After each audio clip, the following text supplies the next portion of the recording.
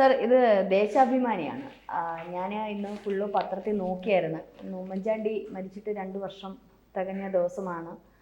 ഒരുപാട് പേര് ഇതുമായി ബന്ധപ്പെട്ട് ഓർമ്മ ദിനമായിട്ട് ബന്ധപ്പെട്ട് അനുസ്മരണമൊക്കെ നടത്തിയിരുന്നു. അപ്പോൾ ദേശാഭിമാനി ഞാൻ നോക്കി എന്തെങ്കിലും, കാരണം നമ്മുടെ മുൻ മുഖ്യമന്ത്രിയാണ്, ജനനായകന് ജനപ്രിയ നായകൻ തന്നെയാണ്. അപ്പോൾ എന്തെങ്കിലും ഉണ്ടോ എന്ന് ഞാൻ നോക്കി. ദേശാഭിമാനിയല്ലേ, അപ്പോൾ ഒന്ന് നോക്കി, പക്ഷെ ഒന്നുമില്ല. പക്ഷേ ഞാൻ ഒരു വാർത്ത കണ്ടു, ഉമ്മൻചാണ്ടിയുടെ ഒരു വാർത്ത കണ്ടു, ഒരു ദേശാഭിമാനി ഇട്ടതാണ്. ചികിത്സ ഉമ്മൻചാണ്ടിയുടെ ശബ്ദം ഇല്ലാതാക്കുമെന്ന് ചിലർ ഭയന്നു. ഇന്നത്തെ അദ്ദേഹത്തിൻ്റെ ഓർമ്മ ദിനത്തിൽ ദേശാഭിമാനി കൊടുത്തത് എന്തുമാത്രം വിഷമാണ് ഇത്തരത്തിലുള്ള മാധ്യമങ്ങൾ പുറത്തുവിടുന്നതെന്നുള്ളതാണ്. ചികിത്സ ഉമ്മൻചാണ്ടിയുടെ ശബ്ദം ഇല്ലാതാക്കുമെന്ന് ചിലർ ഭയന്നു. ഇത് സംഗതി വന്നേക്കുന്നത് വിസ്മയ തീരത്തെന്ന PT ചാക്കോയുടെ ഒരു ഉമ്മൻചാണ്ടിയുടെ ജീവിത ചരിത്രം വിസ്മയ തീരത്തെന്ന പുസ്തകത്തിലെ വരികൾ എടുത്തു വെച്ചുകൊണ്ടാണ് ഇത്തരത്തിലുള്ളൊരു വാർത്ത കൊടുത്തത്. രോഗം നേരത്തെ കണ്ടെത്തിയതിനാൽ ഉചിതമായ ചികിത്സ ചെയ്തിരുന്നെങ്കിൽ അദ്ദേഹം കുറച്ചുനാൾ കൂടി ജീവിച്ചിരിക്കുമായിരുന്നു എന്ന് മെഡിക്കൽ വിദഗ്ധർ വിലയിരുത്തി. കീമോതെറാപ്പിയോ റേഡിയേഷനോ ചെയ്താൽ അതോടെ ശബ്ദം ഇല്ലാതാകുമെന്നും കോലം കെട്ടു പോകുമെന്നും മരണത്തിലേക്ക് തള്ളിവിടുമെന്നും വീട്ടുകാരിൽ ചിലർ ഭയന്നു എന്നുമാണ് ഈ പുസ്തകത്തിലുള്ളത്. PT ചാക്കോയുടെ. രഞ്ജിനിയല്ലേ ദേശാഭിമാനി പത്രം വായിക്കുകയുള്ളൂ, നമ്മളാരും നോക്കത്തില്ല. അതിപ്പം ഇവർ ഉമ്മൻചാണ്ടി ജീവിച്ചിരിക്കുമ്പോൾ തന്നെ കല്ലെറിഞ്ഞ് കൊല്ലാൻ ശ്രമിച്ചവരാണ്. പിന്നെ മരിച്ചു കഴിഞ്ഞാൽ പിന്നെയും അവർ കൊന്നുകൊണ്ടിരിക്കും. അല്ല, ഇത് ഈ ഒരു പ്രകാശനം നടത്തിയത് കഴിഞ്ഞ ആഴ്ചയാണ്. അപ്പം അതുവരെ ഇങ്ങനെ എടുത്തു വെച്ചിരുന്നു. ഇന്നത്തെ ദിവസം ഇത് പത്രത്തിൽ കൊടുക്കാൻ വേണ്ടിയിട്ട് എടുത്തു വെച്ചിരുന്നതാണ്. കഴിഞ്ഞ ആഴ്ചയാണ് PT ചാക്കോയുടെ ഈ ഒരു പുസ്തക പ്രകാശനം നടത്തിയത് എന്ന് ഇതിൽ തന്നെയുണ്ട്. അപ്പോൾ അതിനുശേഷം, അതായത് ഇന്നത്തെ ദിവസം അവർ ഈ ഒരു വാർത്ത കൊടുക്കാൻ വേണ്ടി മാത്രം ആ ഒരു കോളം മാറ്റി വെച്ചേക്കും. 5-ാമത്തെ പേജിലാണ് ഈ ഒരു കോളം മാറ്റി വെച്ച് വാർത്ത കൊടുത്തിരിക്കുന്നത്. അത് എന്തിനാണെന്നറിയാമോ? ഉമ്മൻചാണ്ടി മരിച്ചു കഴിഞ്ഞിട്ട് 2 വർഷമാകുകയാണല്ലോ. ഇപ്പോഴും ഉമ്മൻചാണ്ടിയോടുള്ള കേരള ജനതയുടെ ഒരു സ്നേഹപ്രകടനവും ഒരു വികാര വായ്പും ഇപ്പോഴും ഇവിടെ ഉണ്ടെന്ന് ഇവർക്ക് നന്നായിട്ട് അറിയാം. അതിനെ ഒന്ന് തകിടം മറിക്കണം. ഇവിടെ നിന്ന് തിരുവനന്തപുരത്ത് നിന്ന് ഉമ്മൻചാണ്ടിയുടെ ഭൗതിക ശരീരവുമായിട്ട് പുതുപ്പള്ളി വരെ വിലാപയാത്ര പോകുമ്പോൾ കേരളം കണ്ടതാണ് അല്ലേ? നിറഞ്ഞ് വീഥികൾ ഇരുവശവും നിറഞ്ഞു കവിഞ്ഞ് വാഹനം അവിടെ എത്താൻ തന്നെ മണിക്കൂറുകൾ എടുത്തു എന്നുള്ളതാണ്. അപ്പോൾ ഇതൊന്നും അവർക്ക് ഉൾക്കൊള്ളാൻ കഴിയത്തില്ല, അതറിയാം. കാരണം ഇവരുടെ വിചാരം ഈ കമ്മ്യൂണിസ്റ്റുകാർ ഇഹലോകവാസം വെടിയുമ്പോൾ മാത്രമേ ഇതുപോലെയുള്ള വിലാപയാത്രയും ആൾക്കൂട്ടവും ഉണ്ടാകുകയുള്ളൂ എന്നാണ് കരുതിയത്. അതുകൊണ്ട് ഇപ്പോൾ ഉമ്മൻചാണ്ടിക്ക് കിട്ടിയ ഒരു വലിയ അംഗീകാരം, അദ്ദേഹം ജീവിച്ചിരിക്കുന്ന സമയത്തും ആൾക്കൂട്ടത്തിനകത്ത് ജീവിക്കുകയാണ് ചെയ്തത്. മരിച്ചു കഴിഞ്ഞ് അവസാന അന്ത്യയാത്രയും ആൾക്കൂട്ടത്തിലൂടെയായിരുന്നു എന്നുള്ളതാണ്. അതാണ് അതിനകത്ത് അർത്ഥവത്താക്കുന്ന ഒരു കാര്യം. ഇതൊക്കെ വലിയ ജനകീയമായിട്ടുള്ള ഒരു അംഗീകാരം. അവർക്കറിയാം, ദേശാഭിമാനിക്ക് ഇതൊക്കെ വലിയ ഒരു വോട്ടായി മാറുന്നു എന്ന് മനസ്സിലാകുന്നുണ്ട്.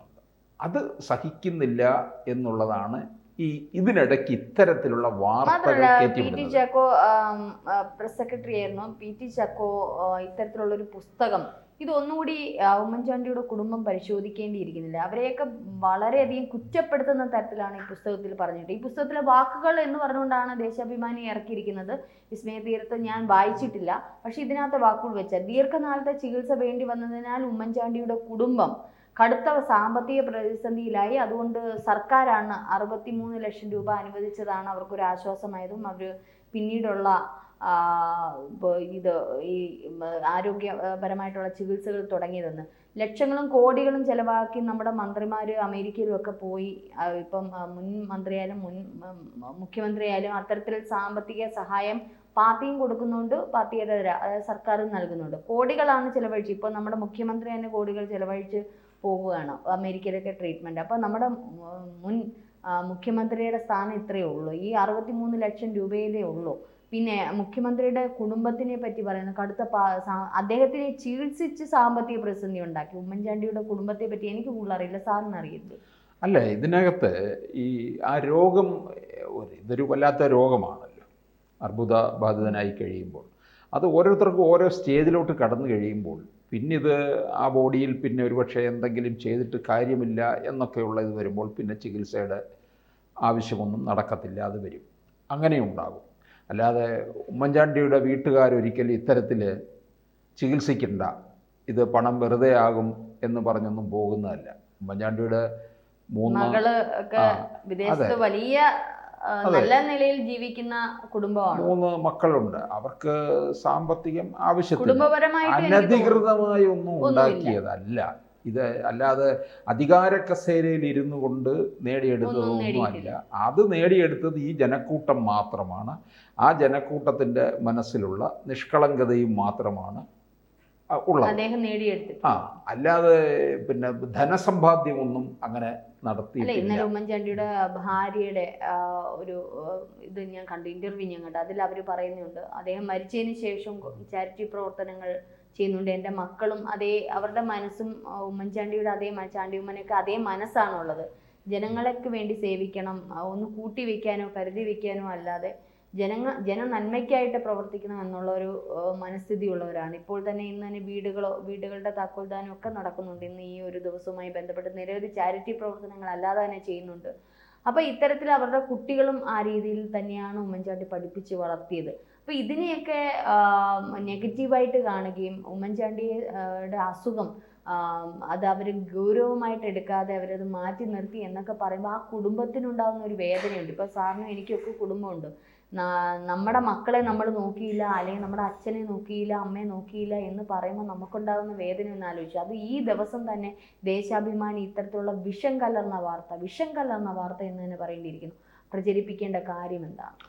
ഇത് ഉമ്മൻചാണ്ടിയുടെ അവർ കുടുംബക്കാരൊക്കെ തന്നെ ചാരിറ്റി പ്രവർത്തനം ചെയ്യുന്നവർ തന്നെയാണ്. ഇപ്പോൾ എനിക്കറിയാം, ഇപ്പം ചാണ്ടി ഉമ്മനും അച്ചൂമ്മനും ഒക്കെ സജീവ രാഷ്ട്രീയത്തിലേക്ക്, അച്ചൂമ്മൻ അത്രയും എത്തിയിട്ടില്ല, എത്താനുള്ള സാധ്യത ഉണ്ട്, തള്ളിക്കളയുന്നില്ല. ചാണ്ടി ഉമ്മൻ നമുക്കറിയാം രണ്ടാമത് അവിടെ ഉപതെരഞ്ഞെടുപ്പിൽ പുതുപ്പള്ളിയിൽ നിന്ന് വിജയിച്ചു. ഇതിൽ ഉമ്മൻചാണ്ടിയുടെ മൂത്ത മകള് മറിയ ഉമ്മൻ, അത് പൊതുവെ രാഷ്ട്രീയ വിഷയങ്ങളിലോ ഒന്നും താല്പര്യമില്ല, ചാരിറ്റി പ്രവർത്തനമാണ്. മറ്റ് ജോലിയോടൊപ്പം തന്നെ ചാരിറ്റി പ്രവർത്തനം നടത്തുന്നുണ്ട്. എനിക്ക് അറിയാവുന്നതാണ്, എൻ്റെ ഒരു സ്റ്റുഡൻ്റ് കൂടിയാണ് മറിയ. അതുകൊണ്ട് അത്തരത്തിലുള്ള ചാരിറ്റി പ്രവർത്തനങ്ങൾക്കാണ് അവർ മുൻതൂക്കം കൊടുക്കുന്നത്. ഉമ്മൻചാണ്ടിയും അങ്ങനെ ഒരുപാട് സഹായം ജനങ്ങൾക്ക് കിട്ടി. അതുകൊണ്ടാണ് അവർ മരണസമയത്തും മരിച്ചു കഴിഞ്ഞും ഒക്കെ ജനങ്ങൾ അദ്ദേഹത്തോടൊപ്പം ചേർന്ന് നിന്നത്. ഇപ്പോഴും ആ ജനക്കൂട്ടം, അവിടേക്ക് ഒഴുകിയ ജനക്കൂട്ടം ഇപ്പോഴും ഒഴുകുന്നുണ്ട്. ഇന്നത്തെ ദിവസം ഈ ഒരു ഓർമ്മ ദിനത്തിൽ പോലും അത് ദേശാഭിമാനിക്ക് ഉൾക്കൊള്ളാൻ കഴിയുന്നില്ല. അവർക്ക് വേറെ ചില ലക്ഷ്യങ്ങളാണ് ഉള്ളത്. ആ ലക്ഷ്യം സഫലമാക്കുന്നതിന് വേണ്ടിയാണ് ഇത്തരത്തിലുള്ള വിഷം പുരണ്ട വാക്കുകൾ കലർന്ന വാർത്ത കൊടുക്കുന്നത്. കൂടുതൽ വാർത്തകളും വിശേഷങ്ങളും നിങ്ങളിലേക്ക് എത്താൻ ABC മലയാളം സബ്സ്ക്രൈബ് ചെയ്യുക, ബെൽ ബട്ടണും അമർത്തുക.